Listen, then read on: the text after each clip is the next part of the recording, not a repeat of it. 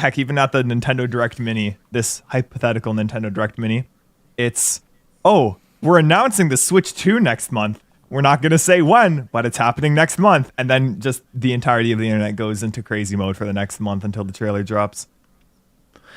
That's a very Nintendo thing to do. They'll like tell you a month and they won't tell you when. They did it with the Animal Crossing Direct, which I remember vividly because I couldn't wait for them to announce the date for it because I used to like cover Animal Crossing and stuff. Oh, yeah. So I was excited for that. And they dropped it on Brewster's birthday.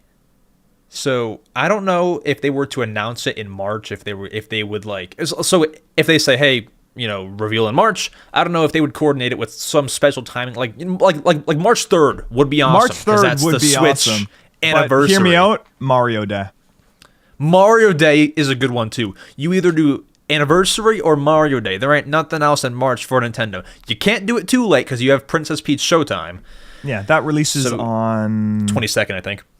22nd. Yeah, that's a Friday. That checks out. So you can't really do it. You shouldn't do it past that, because then if you do it past that, all the steam goes away from Princess Peach Showtime, and you'll want to do it in the beginning. And all the leakers are kind of saying this. They're saying March. I mean, how much can we trust leakers anymore? But they're saying March. It would make sense. sense. Do you think it happens in March? 7-year anniversary of the Switch. I think if we're going with my hypothetical pre-planned Nintendo 2024 year, the reveal happens in March. We get maybe some little bits of news every now and then. The big presentation happens in June, July, and then it releases sometime in the last 4 months of the year. And then new Mario Galaxy 3. Actually, that's the game. Or I mean, game. I would take Mario Odyssey 2 as well, or something new, you know, or something new. I do have some pretty funny ideas for a new Mario game, especially I think after the Mario movie, we're gonna see a lot more of Mario Kart implemented into the main series, because Mario Kart is just, honestly, 3D Mario isn't Nintendo's priority anymore. It's Mario Kart. So there's that. But sells. Yeah, it sells. I'm excited just for whatever. I've never been in a spot where I don't know what's gonna happen next, and I'm just so content with it. I know, like, it's the most fun thing. I agree. Like, they have to make all the hard choices, and we just sit here and we just talk about it. We just sit here on a podcast, say, hey, they should make Mario Galaxy 3, and then the devs who have put like 6 years into making like Super Mario Odyssey 2 are just in shambles, right? Oh no. Yeah. Do you think that a 3D Mario launches with the Switch 2? I don't know if it launches, but I think it's either going to be launching with either a new Mario Kart, although I feel like that's a bit too soon, or a Mario something of some kind. I do know Nintendo likes to, launch consoles with Zelda games. I think it was I don't know, was Twilight Princess a launch title for the Wii? I think that was launched for the Wii. Yep. Yeah. And then obviously Wii U, nope. And although I kind of got it with Wind Waker HD, but like likes the launch in the general vicinity. I still think that a big Zelda remake has been in the works for a while now in the Tears of the Kingdom, Breath of the Wild game engine. And that's going to blow out of the water like anything graphically we've seen before, especially if they decide to remake an Ocarina of Time or a Wind Waker. I know that they've gotten remakes, but Ocarina of Time was remade 13 years ago, and Wind Waker was 10 years ago, and that just makes me feel super old. But I think it's time. I think it's time to get a new fresh coat of paint on like one of those older titles, just to show off, just like how the 3DS showed off, hey, we can do cool 3D stuff. Here's the entirety of Ocarina of Time. We can see, oh, here's Wind Waker, not HD, like 4K. We're not doing 4K on the console, but like basically 4K. Here's how great the game runs and looks and everything. And I think that'd be a really big seller for the opening. And it would fit right in, because at the end of like any kind of console lifespan, like the 3DS, they threw out Luigi's Mansion 2 remaster or remake, and the whole Kirby's Epic Yarn remake on the 3DS after Epic Yarn, yeah. Man. Yeah, extra Epic Yarn, yeah. It's great. It's great. I've been playing it. they throw those out, and that would make sense with Switch. You have Luigi's Mansion 2, you have Paper Mario, throw in Wind Waker, in Wind Waker, Twilight Princess, and have it released on both consoles. That's how you do it.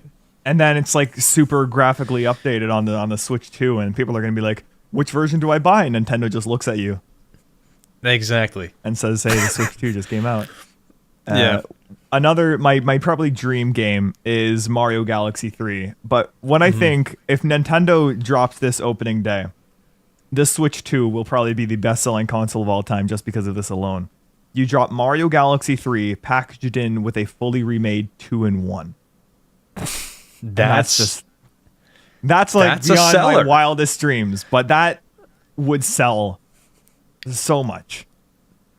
The only thing with that, I feel like that would have to be a $70 game, because you're throwing 3 amazing games. Oh, 100%, 100%, and I will pay for it. I will pay for every single penny of that, because if it's like, space is such a very, very good location to show off graphical capabilities, because all the stars in the background, like the skybox you have, it's beautiful. You can really focus in, because it's just a vast expanse of space. You don't need to spend a lot of resources on the vast expanse of space, because it's pretty easy to make space look good. You can just focus everything on these small little planetoids and just focus all of the graphics power into rendering like every single pore on Mario's face, you know?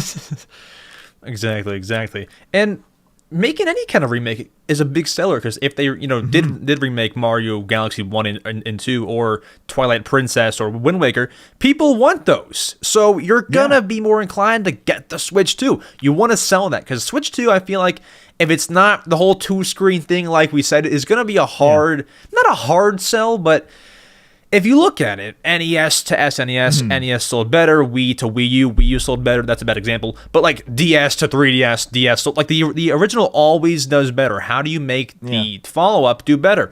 I think the Switch 2 won't even be called the Switch 2.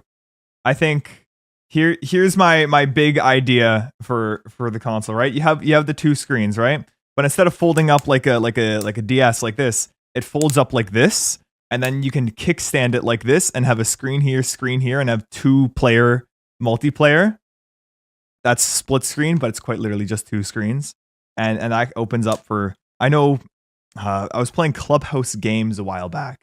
And I'm like, oh, let's play some card games. And I just couldn't play with another person locally, because they needed another Switch, because they needed to hide their cards. I'm like, that's dumb. Oh, yeah. That's dumb. So that screen approach fixes the issue. And I'm sure it offers up like a lot of cool features for gameplay as well. I know Nintendo's probably thought of that idea and is going crazy in the mind right now. That would also work well for something like Nintendo Land 2, where you're playing a game. Yes! You don't want to see the other person's screen, like the secret gamepad screen. That'd be awesome right there. So honestly, they should do that whole 2. You're convincing me the whole 2-screen thing is how to do it.